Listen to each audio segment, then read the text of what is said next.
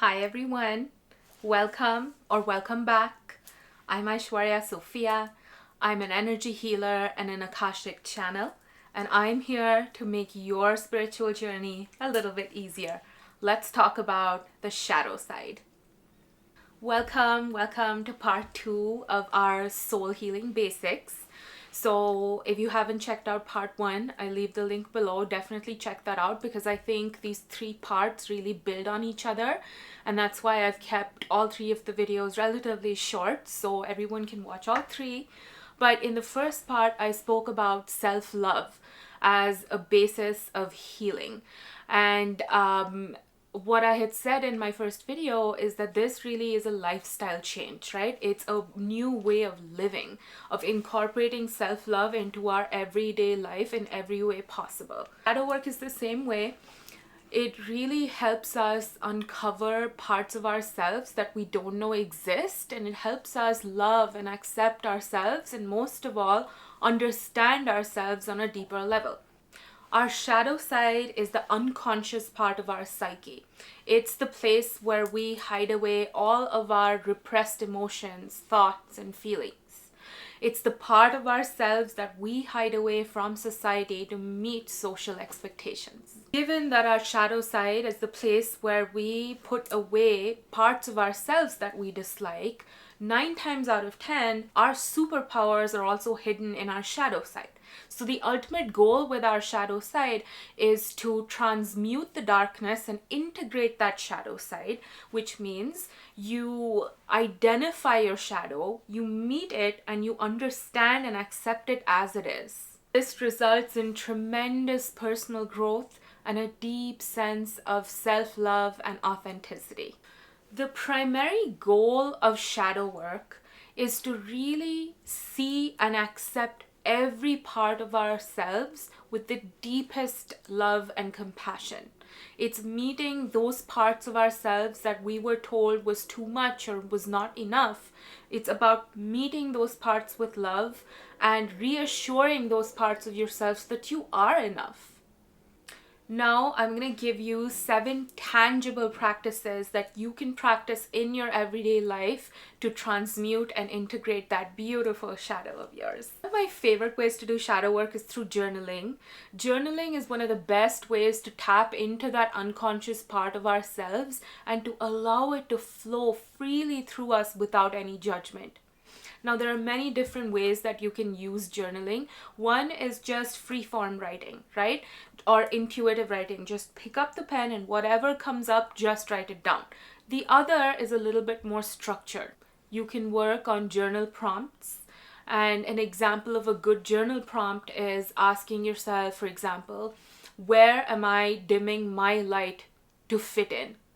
Or if you have an abandonment wound or you're a people pleaser, for example, you can ask yourself, where do I overextend myself to accommodate others, right?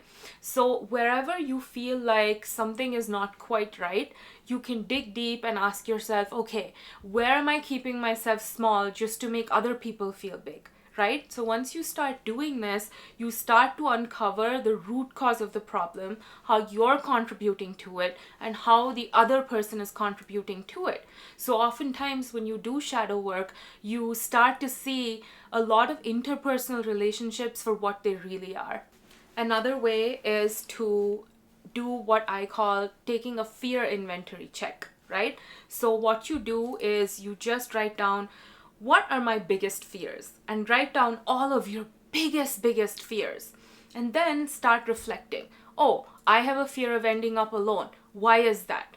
Because I had a fear of abandonment as a child, because I felt like I was not good enough, right? So you can tie your childhood trauma and your shadow side and parts of yourself that are repressed to some of the fears you have, because you see, it's that repression is what causes this fear. There's that direct relationship between the two. So when you start to identify some of these fears and you start to reflect on how those fears were formed, you understand that those fears actually don't have a solid ground to stand on, and it's mostly based on your shadows. regardless of how you journal, writing is one of the most effective ways to not only get in touch with your shadow and explore it, but also to heal and transmute it. The next way is to really love your flaws. And I'm not saying this lightly. Take that one thing that you really dislike about yourself, right? And really learn and practice how to love it.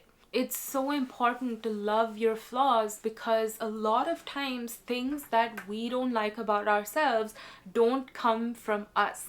It comes from external voices who are projecting their insecurities on us. So when you start to completely love all of your flaws, right?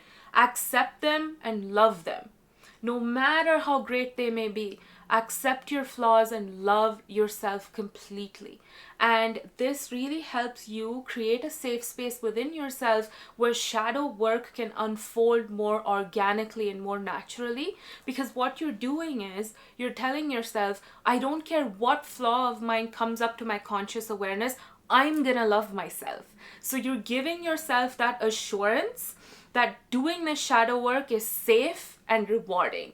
And it's really what I found about healing, right? Just all three soul healing basics, is that you really must be very tender and gentle with yourself, because some of these shadow aspects of ourselves, we don't even know they exist. So when they come out into the open, into your conscious awareness, it's very important that you create a safe space for yourself to express your shadow side. And that's what loving your flaws really does. Another wonderful way is by exploring therapy or counseling or energy healing with an adept healer. So talk therapy, I know it has worked for so many people get over some of the deepest traumas and shadows. So if you're already seeing a therapist, just talk to them and say, can you help me uncover my shadow? Chances are, if you're seeing a good therapist, they've already done it, but it's definitely worth asking. Another way is through counseling. So if you have a counselor that you can speak to and you can just get their help to start identifying some of your patterns or start identifying your shadows, I think that that's a really good first step. Of course, I recommend doing your shadow work on your own so you can go really deep. But if you already have professional help, like from a counselor or a therapist, it's definitely worth bringing this up to them. Another thing you can do is you can approach an adept energy healer who can help you identify some of these energetic blocks, and they can help bring your shadow side to your conscious awareness and also help you heal some of these energetic blocks. Now, if you're interested in working with me to receive an energy healing session to heal your shadow, check out my website and you can book an energy healing session, and I am so sure that you're gonna love it because I've had great experiences with clients when I've worked on their shadow, and it's something I feel like I don't get to do a lot and I really enjoy doing it. The next way that you can really tangibly work on your shadow is to befriend your inner critic, right? We all have an inner critic. This is the person that always tells you, oh, that's not good enough, don't post it. Oh, that's not good enough, don't share it, right? It's that voice in your head that's always telling you you're not enough. Essentially what that voice is it's a direct reflection of your shadow side. So identify that inner critic, right? Every time it comes up, be mindful of it. It starts with that. So once you're mindful of your inner critic, what you can do is every time it comes up, you can just be like, no, not today. Nope, I'm not going to listen to you, right? Do that and set good boundaries with your inner critic. And as you start doing this, you'll start to realize that your inner critic kind of quietens down, right? And of course, there's a time and a place for that inner critic. Like if you're about to do something dangerous or crazy, I mean, it's a great thing to have your inner critic be the one to warn you. Once you befriend your inner critic in this way, that's when you can really change the story you tell yourself. Our external realities are a manifestation of our internal landscape. And our internal landscape is nothing but everything, the story that we tell ourselves on a daily basis. Now, if I wake up every morning and I tell myself, oh, I'm not good enough, oh, my life is in shambles, that's exactly what I'm going to see in my external reality. Whereas I can be in the exact same situation, but I can wake up every morning and choose to look at this as, oh, today's a new day. I have plenty of opportunities to make my life better. I have such an abundant, beautiful life. Everything is good. Everything's working out. You see the difference even in just the energy of me saying those two things. So what happens when you identify this inner critic, you silence it, and then you change the story you tell yourself, is that you automatically start becoming more empowered from the inside out. The next thing you can do is create a shadow list.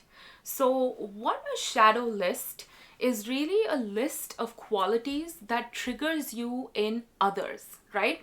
So a good example of this would be if someone's confidence triggers you, put it in there. And then go into that shadow list, right? Go into those things that trigger you and start to really reflect on how you embody some of those characteristics. So going back to our confidence example, if I am bothered by someone's confidence, it's probably because I'm overconfident or I am not confident enough. That's usually how it shows up, right? So really make a list of things that trigger you in others and try to look at how you embody those characteristics in your life. And that's usually a heavy and sure indication that that's something that is in your shadow side. This next one is not easy, but it's forgiveness. Once you start digging deep into your shadow side, you're going to witness a lot of old trauma. You're going to witness a lot of maybe injustices that happened to you, wounds that happened, betrayal, all of those things, right? But you have to understand that everyone is really trying to do their best at any given time, right? With the tools they have.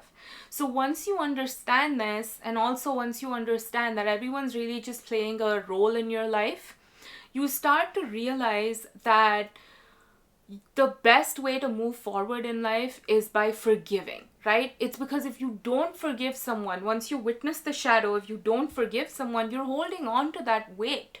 And that's going to impede your progress. So the best thing you can do when you uncover trauma or anything in your shadow side is to forgive yourself wholeheartedly and unconditionally, and to forgive others in the same way. Forgiveness is one of the most freeing states of being.